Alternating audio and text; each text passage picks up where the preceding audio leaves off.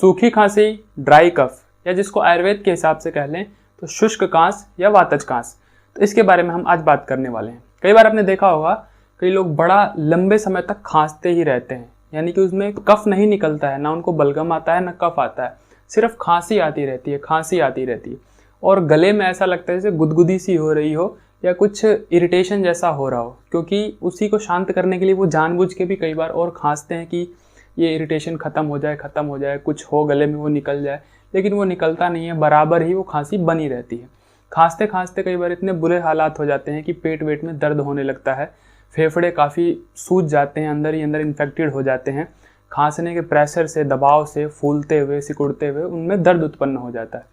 तो ऐसी समस्या कई बार ड्राई कफ के अंदर हो जाती है। तो आज हम इसी ड्राई कफ के बारे में जानने वाले हैं। ये कई प्रकार की एलर्जी इत्यादि से भी होता है, धूल मिट्टी इत्यादि की। तो आइए ड्राई कफ का कारण क्या है और इसका क्या समाधान हो सकता है उसके बारे में जानते हैं। आज का वीडियो हम शुरू करते हैं। सादर प्रणाम, मैं विशाल एक बार पुनः स्वागत करता हूँ आपका अपने यूट्यूब चैनल सनातन मार्ग पर। ड्राई कफ, देखिए विशेषकर जो रेस्पिरेटरी ट्रैक्ट के डिसऑर्डर्स होते हैं या श्वास कांस के रोग होते हैं, वो होते कैसे हैं। जैसे कि हमने पिछली वीडियोज़ में जब हम पंच प्राण के बारे में बात कर रहे तो हम बात कर रहे थे कि जो यहाँ पे प्राण वायु रहती है हमारे छाती के आसपास के इलाके में, जो हमारे नाक से आती जाती है फेफड़ों के अंदर इनहेल एक्सेल के थ्रू, वही प्राण वायु होती है। और उसी के बिगड़ने से फेफड़े इत्यादि के रोग होते हैं, या उदान वायु जो गले में रहती है। तो इस प्रकार से इस प्राण वायु के बिगड़ने से ये सब रोग होते हैं। प्लस में त्रिदोषों की बात कर लें तो वात प्लस कफ के बिगड़ने से खांसी जुकाम के या श्वास कांस के रोग होते हैं। परंतु ये जो ड्राई कफ की बात कर रहे हैं हम आज, तो उसके अंदर हम कफ को नहीं रखेंगे। इसके अंदर त्रिदोष में सिर्फ वायु बिगड़ी होती है, ना आपको म्यूकस आता है, ना कफ निकलता है, ना किसी प्रकार की चिपचिपाहट या इस तरह का तरल पदार्थ निकलता है। तो ही आपके लिए ये वीडियो है, अन्यथा यदि आपको कफ इत्यादि है तो ये वीडियो आपके लिए नहीं है। ये सिर्फ ड्राई कफ वालों के लिए, जिनको बिल्कुल सूखी खांसी आती रहती है, फेफड़े में खांसते खांसते पेट में इत्यादि में दर्द हो जाता है और गले में एक इरिटेशन सा, एक गुदगुदी टाइप की बनी रहती है। तो जैसा कि यह प्राणवायु या वात का रोग है, तो वात का रोग है तो आयुर्वेद का जो सिद्धांत है, किसी भी रोग को सही करने से पहले उसके मूल कारण को नष्ट करना, यानी कि वो वात को बढ़ा क्यों रही है, उसका कारण क्या है इस बीमारी के होने का, उसको हम खत्म करेंगे पहले, उसको हम परहेज करेंगे। तो वायुवर्धक चीज़ों को हमें रोकना चाहिए, जैसे कि ठंडी चीज़ों का सेवन करना, या ठंडे वातावरण में रहना, एसी कूलर पंखा, या तेज़ हवा के नीचे रहना, या बाइक पे जब आप चलते हैं तो खूब तेज़ हवा लगती है, उसको भी हमें अवॉइड करना चाहिए। ठंडे के बाद रूखी चीज़ों का सेवन करना, ड्राई चीज़ें खाना या हल्की चीज़ों का सेवन करना, बासी चीज़ों का सेवन करना, फास्ट फूड इत्यादि, पैक्ड फूड इत्यादि, ये सब चीज़ों का सेवन करना, हमें इससे बचना चाहिए, क्योंकि ये वायु को शरीर में बढ़ा देती हैं। और क्या चीज़ें होती हैं जो वायु को शरीर में बढ़ाती हैं? आपका तेज हलन चलन, क्योंकि वायु चलायमान है। जितना आप गति करेंगे, हाँफेंगे, रेस्पिरेटरी ट्रैक में आपका काफ़ी ज़्यादा मूवमेंट हो जाएगी। तो जब आपको इन्फेक्शन होगा या सूखी खांसी, ड्राई कफ होगा, उस समय जब आप भाग दौड़ का काम करेंगे तो आपको हांफी चढ़ जाएगी, जिसके कारण ये समस्या और बढ़ सकती है, वायु और बिगड़ सकती है। तो ऐसी चीज़ों को भी आपको अवॉइड करना है। और क्या, प्रदूषण इत्यादि, जैसे धूल मिट्टी, इन सब चीज़ों से भी एलर्जी होती है ड्राई कफ की, तो उसको भी हमें अवॉइड करना है। प्रदूषण में गए तो कुछ मास्क वास्क या इस तरह की कोई चीज़ें लगा कर जानी चाहिए, जिसके कारण आपको एलर्जी और ना बढ़े। जैसा कि हमारे भोजन में 6 रस होते हैं, मीठा, खट्टा, नमक, तीखा, कड़वा और कसैला, जिनमें से विशेषकर 3 चीज़ें वायु को बढ़ाती हैं और 3 चीज़ें वायु का शमन करती हैं। तो 3 चीज़ों से हमें बचना है और 3 चीज़ों का उपयोग करना है। बचना किस किस से है?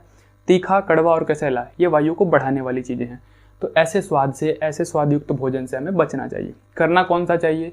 मीठा, खट्टा और नमक। मीठा, खट्टा, नमक जिन भोजन का स्वाद है उसको हमें विशेषकर बढ़ा देना चाहिए अपनी डाइट में, ताकि जो वात की जो बढ़ी हुई समस्या है उसको ये कम कर सके। साथ ही साथ पीने के लिए गर्म पानी का प्रयोग करना चाहिए, क्योंकि वात गर्मी से उसका नाश हो जाता है, गर्मी से उसका शमन हो जाता है। तो गर्म पानी जब बार बार हम जब पिएंगे तो वायु की समस्या कंट्रोल हो जाएगी।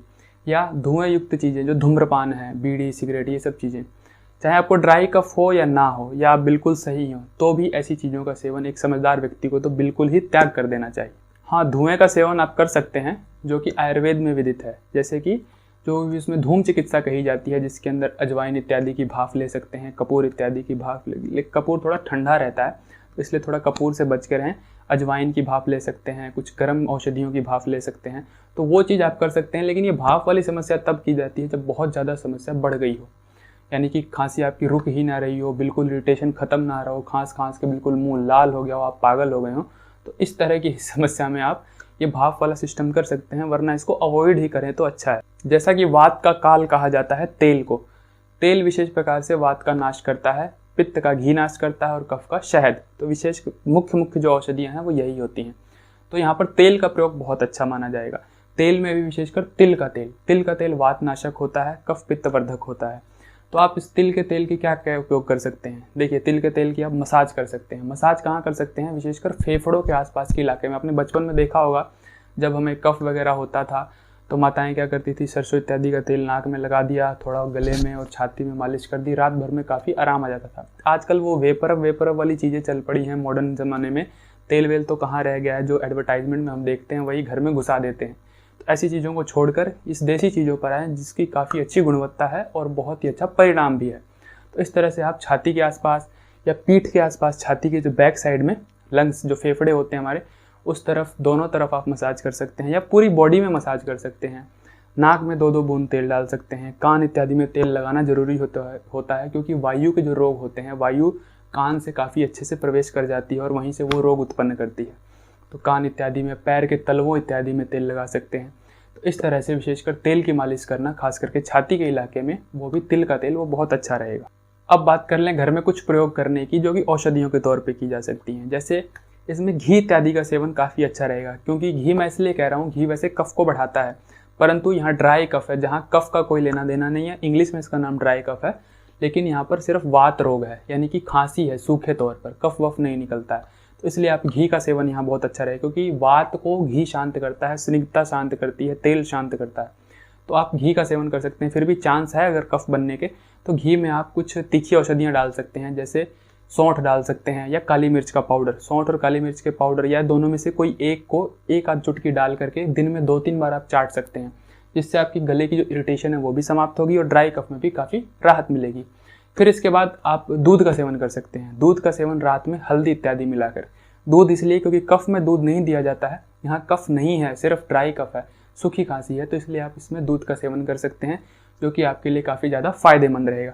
या एक काढ़ा बना सकते हैं आप, 1 चुटकी दालचीनी को लेकर के सुबह 1 कप पानी में उबाल लें, या 1 गिलास पानी को उबाल के 1 कप कर लें। उसको आप सुबह चाय की तरह हल्के गुनगुने तौर पर पी सकते हैं, या शाम को भी 2 समय भी उसको ले सकते हैं। इसके अंदर आप मुलेठी का सेवन कर सकते हैं या यष्टि मधु। जब आपके गले में ज़्यादा खराश या इरिटेशन या इस तरह की समस्या, बार बार खांसी रुक ही नहीं रही हो, तो मुलेठी को मुंह में दबा सकते हैं। काफ़ी छोटा टुकड़ा लेकर, एक डंडी आती है, मुलेठी एक प्रकार की लकड़ी होती है जिसे यष्टि मधु कहा जाता है आयुर्वेद में, तो उसका सेवन आप कर सकते हैं। दिन में 2 या 3 डंडियाँ काफ़ी छोटी छोटी आप उसको मुख में रख सकते हैं और बराबर चूसते रहें उसको, तो आपके गले की समस्या उससे काफ़ी ज़्यादा सही हो जाती है। फिर भोजन की बात करें तो भोजन के अंदर आप तेल युक्त या घी युक्त चीज़ें जैसे पूड़ी इत्यादि का सेवन, पराठे इत्यादि का सेवन कर सकते हैं। हाँ, ये इसमें किया जा सकता है, बिल्कुल इसके अंदर काफ़ी ज़्यादा फायदेमंद रहता है, क्योंकि हमें यहाँ ड्राइनेस दूर करनी है, तो यहाँ स्निग्धता का प्रयोग करना पड़ेगा, चिकनाई का प्रयोग करना पड़ेगा, तो ये आपके लिए काफ़ी ज़्यादा अच्छा रहेगा। आयुर्वेद में कुछ बने बनाए प्रिपरेशंस आते हैं जो कि ड्राई कफ के लिए वैद्य लोग प्रयोग करते हैं। यदि आपकी समस्या काफ़ी नई है, अभी शुरू हुई है, 2-4 दिन हुए हैं, 10 दिन हुए हैं, तो ये शुरू की बताई कुछ चीज़ों से ये सही हो जाएगी। लेकिन बहुत लंबी पुरानी समस्या हो गई है, आप इससे बहुत ज़्यादा परेशान हो गए, कई बार ड्राई कफ साल 2-2 साल तक नहीं छोड़ता है, तो उस समस्या में आपको वैद्य के पास जाना चाहिए। आपके नज़दीकी आयुर्वेदिक डॉक्टर के पास जाएं, या कुछ बने बनाए प्रिपरेशन जो वो लोग देते हैं, इनमें से उनसे सलाह लेकर आप इसका सेवन कर सकते हैं। परंतु अंदाजे पर तीर ना चलाएं कि आपको लग रहा है कि ड्राई कफ है, मुझे ये है वो है, कुछ और भी हो सकता है। पहले आप उसकी जांच करवाएं, उसके बाद ही ऐसे मेडिसिन का प्रयोग करें। ड्राई कफ में यूज की जाने वाली नॉर्मल जो औषधियाँ होती हैं, जैसे द्राक्षारिष्ट है, शीतोपलादी चूर्ण है, लक्ष्मी विलास रस है, या बृहद पंचमूल आदि क्वाथ है, गोदंती भस्म, ऐसी चीज़ों का प्रयोग किया जाता है, या बहुत सी ऐसी और भी औषधियाँ हैं। तो इनका सेवन आप अपने नज़दीकी डॉक्टर से पूछकर कर सकते हैं। फिर पंचकर्म की बात करें तो अनुवासन बस्ती या नीरो बस्ती दी जाती है, मेडिकेटेड ऑयल से दी जाती है, जो कि वात का नाश करते हैं। तो ये सब जो बस्ती का प्रकरण है, ये काफ़ी आगे आता है, समस्या बहुत ज़्यादा गंभीर जब हो जाती है तब जाकर आता है। लेकिन ड्राई कफ अभी शुरू हुआ है, 2-4 10 दिन महीना दिन है, तो आप शुरू की चीज़ों से उसे बिल्कुल आसानी से ठीक कर सकते हैं। तो ये सभी थी जानकारियाँ ड्राई कफ के बारे में और शुष्क कांस या कह लें वातज कांस के बारे में।